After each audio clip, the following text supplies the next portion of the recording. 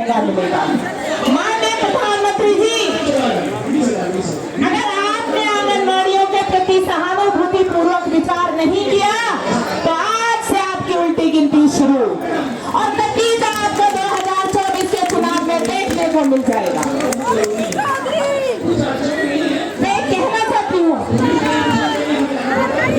अगर आपने आंगनबाड़ियों को शासकीय कर्मचारी का दर्जा नहीं दिया तो देश की 26 लाख आंगनबाड़ियां वो जेहाद छेड़ेगी कि आपको सड़क पर लाकर खड़ा कर देगी। हमारी बाल विकास मंत्री कहती है कि आंगनबाड़ियां केवल 1 घंटा काम करती हैं, इसलिए सरकार काम को परमानेंट करने का कोई विचार नहीं है। माननीय मंत्री जी, जिस समय अंग्रेजों ने भारत छोड़ा था उनका भी विचार नहीं था भारत छोड़ने का जो आपका विचार होगा, इसलिए आपको परमानेंट करना ही पड़ेगा।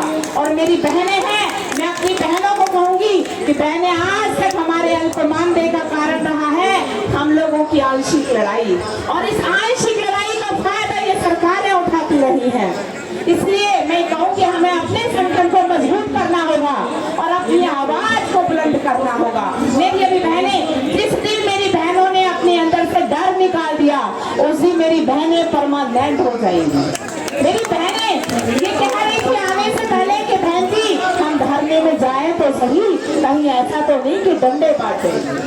मैंने कहा देखिए बहनों, इस देश में कुछ भी आसानी से प्राप्त नहीं होता, यहाँ तक कि हमें देश की आजादी में आसानी से नहीं मिली, देश की आजादी के लिए भी हमें कुर्बानियां देनी पड़ी।